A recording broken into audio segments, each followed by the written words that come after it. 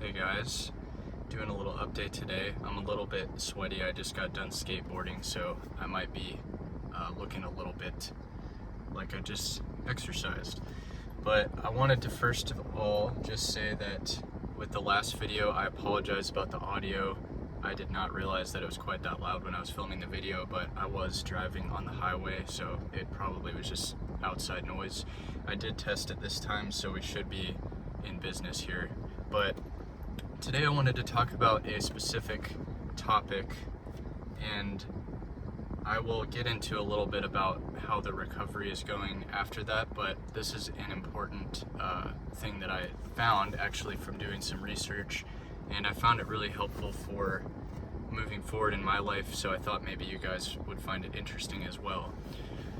So basically there are two different mindsets that you can have for basically any challenge in life, and it doesn't just apply to challenges, it also just is kind of like an outlook on how you view situations, relationships, business, etc.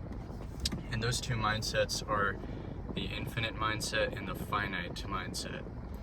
So the finite mindset basically means short term, like you're thinking in the short term basically, and a lot of the ways that you're thinking about meeting your goals are you're basically thinking about like how can you win, like basically, like let's say we're talking about business. If in the finite mindset, you're thinking about kind of like how a person plays a game, they're keeping score, they're constantly thinking that there is a winner or a loser in a situation, even if it's like you're just working alongside someone and your business partners, you might be thinking, I am the winner here because I'm making the most money, or you might be thinking that because you might be thinking that the other person is taking advantage of you also, and that you are currently like losing the score. And what this does is it kind of makes you feel constantly threatened by other people. And this can happen in relationships too, where you kind of feel like you're keeping score.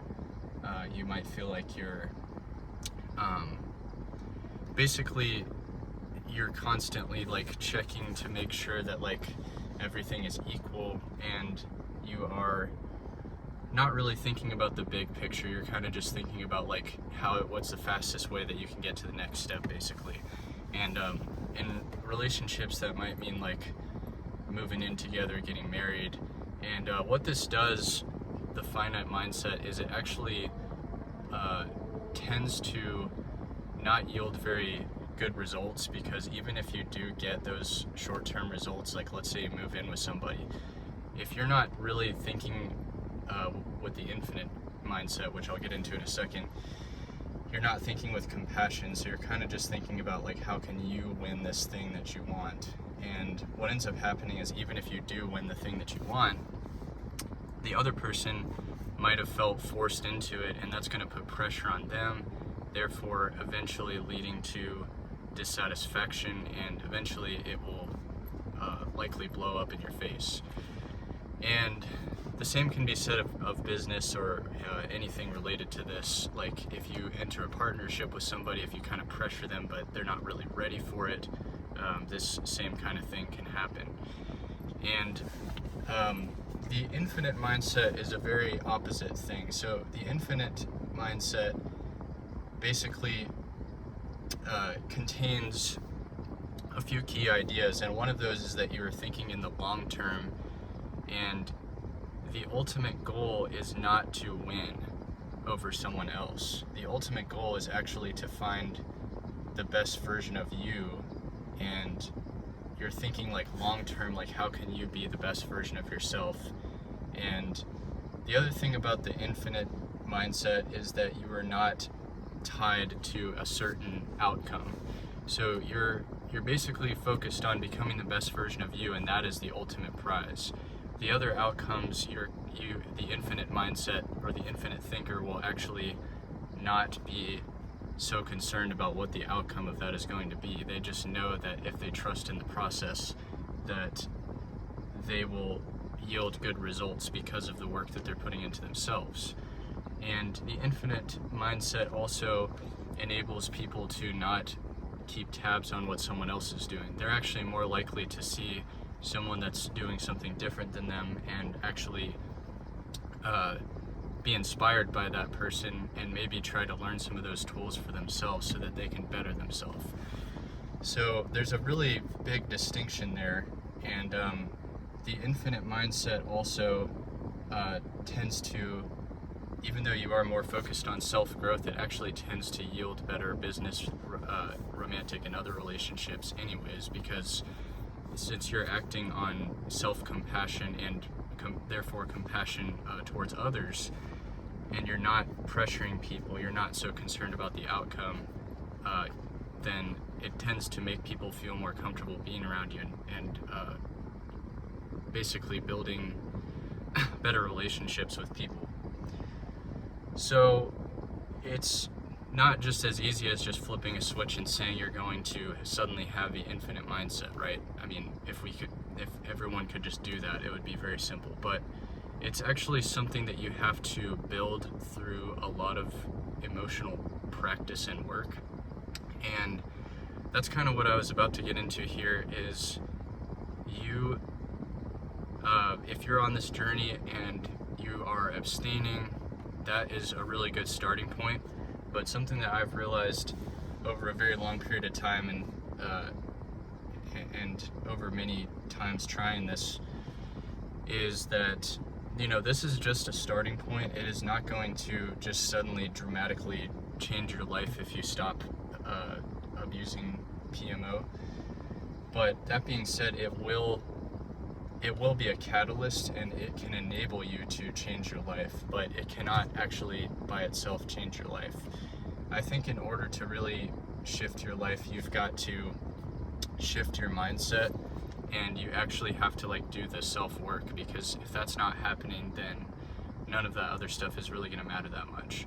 And you'll probably actually just resort back to it eventually if you don't shift your mindset, because if you're not replacing the habit with better habits and ways of building yourself, then it will not be a long-term,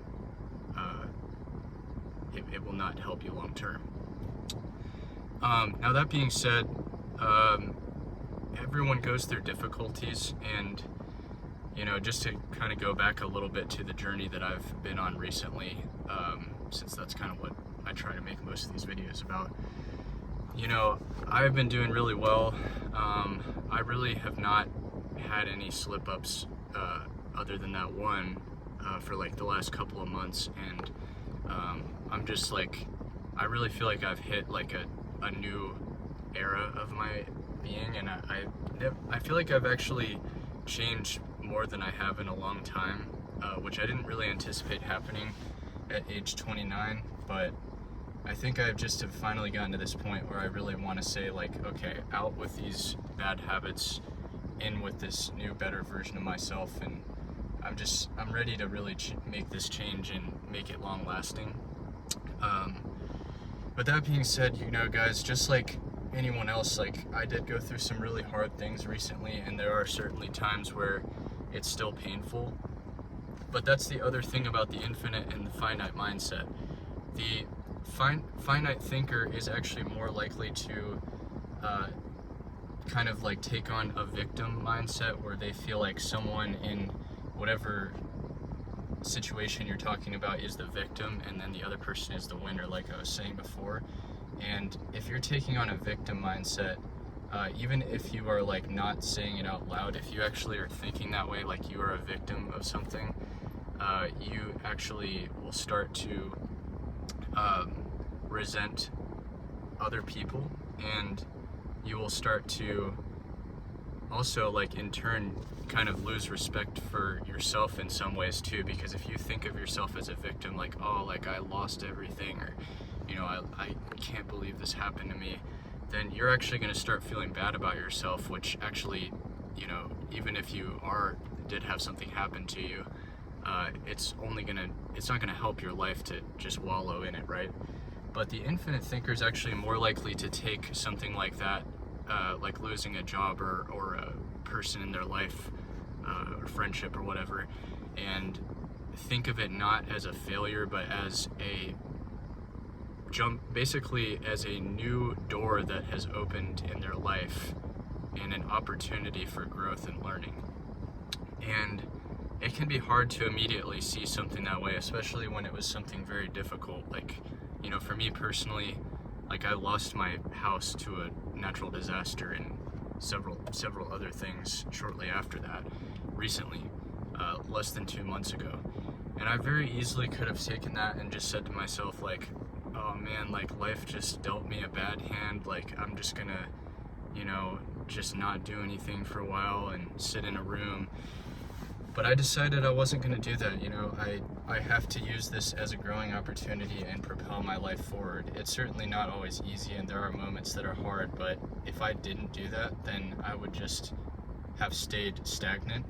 But instead, you know, I've already started working on 2 different business ideas, and some of them are already in motion. I've got a couple new jobs. I just signed a lease on a new place. I have been exercising again, like regularly. My career is like actually doing better than it has in a long time because I've been working really hard at getting opportunities, and none of that would have been possible if I was locked into just this finite mindset all the time. There were definitely moments where I fell into it, you know, like started to feel bad about my situation, and but then I kind of realized that like I don't have to know all the answers to everything. That's the last thing I'll say about those 2 mindsets, is that the finite thinker views the unknown as a threat, and that they feel like they have to like know the answer to something immediately, and it causes them often to partake in negative habits in order to cope with not knowing sometimes. But the infinite thinker tends to actually not worry about the unknown, but embracing the unknown. They don't need to know the future because they're trusting in the process, and they're trusting that it will bring the right opportunities to them. And that is something that I am also just trying to really keep in my brain, because, you know, the truth is I don't know what's going to happen from here, and I don't need to know, because if I keep working at all this stuff, I know that things are going to come together. A lot of stuff already has. So, you know, the biggest piece of advice that I'll leave you with is you've got to focus on building yourself, emotional resilience, building a life that you're happy with. And I don't mean necessarily bringing another person into it right away. I mean, like, figure your own life out. Like, what do you really want? And then when the time's right, then maybe it's time to start a relationship or something like that. But, you know, I was way too wrapped up in, like, trying to fit my life around a relationship before. And I really think that this time has allowed me to see things from a different point of view. So anyways, this video has gotten a little bit long, but I hope this helps you guys, and thanks for staying tuned.